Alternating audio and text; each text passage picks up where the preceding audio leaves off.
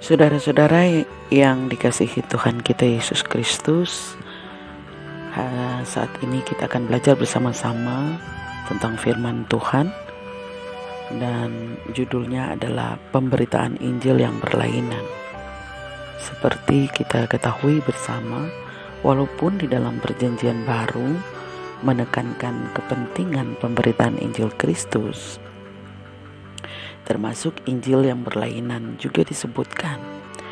Dan Rasul Paulus sudah memperingati dan mengatakan bahwa jika ada orang datang memberitakan Yesus yang lain daripada yang telah kamu terima, atau Injil yang lain daripada yang telah kamu terima, dan seterusnya, itu bisa kita baca di dalam 2 Korintus 11 ayat yang keempat.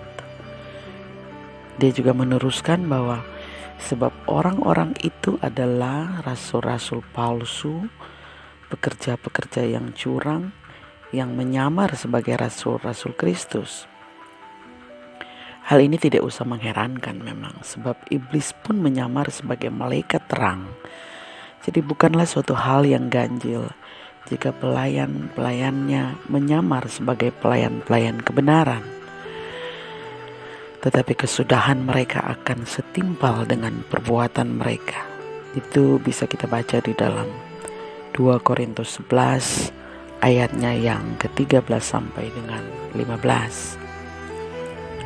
Kepada orang Galatia, Paulus juga menulis sebagai berikut: Aku heran bahwa kamu begitu lekas berbalik daripada Dia yang oleh kasih karunia Kristus telah memanggil kamu, dan mengikuti suatu Injil yang lain, yang sebenarnya bukan Injil. Hanya ada orang yang mengacaukan kamu dan yang bermaksud untuk memutarbalikkan Injil Kristus. Tapi sekalipun kami atau seorang malaikat dari surga yang memberitakan kepada kamu suatu Injil yang berbeda dengan Injil yang telah kami beritakan kepadamu, terkutuklah dia.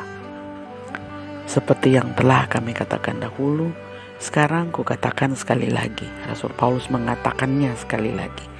Jikalau ada orang yang memberitakan kepadamu suatu Injil yang berbeda dengan apa yang telah kamu terima, terkutuklah dia.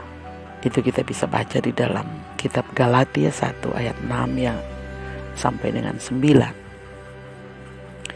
Kita akan belajar apa saja yang dikatakan Rasul pada pelajaran atau bagian yang kedua. Terima kasih, Tuhan Yesus memberkati.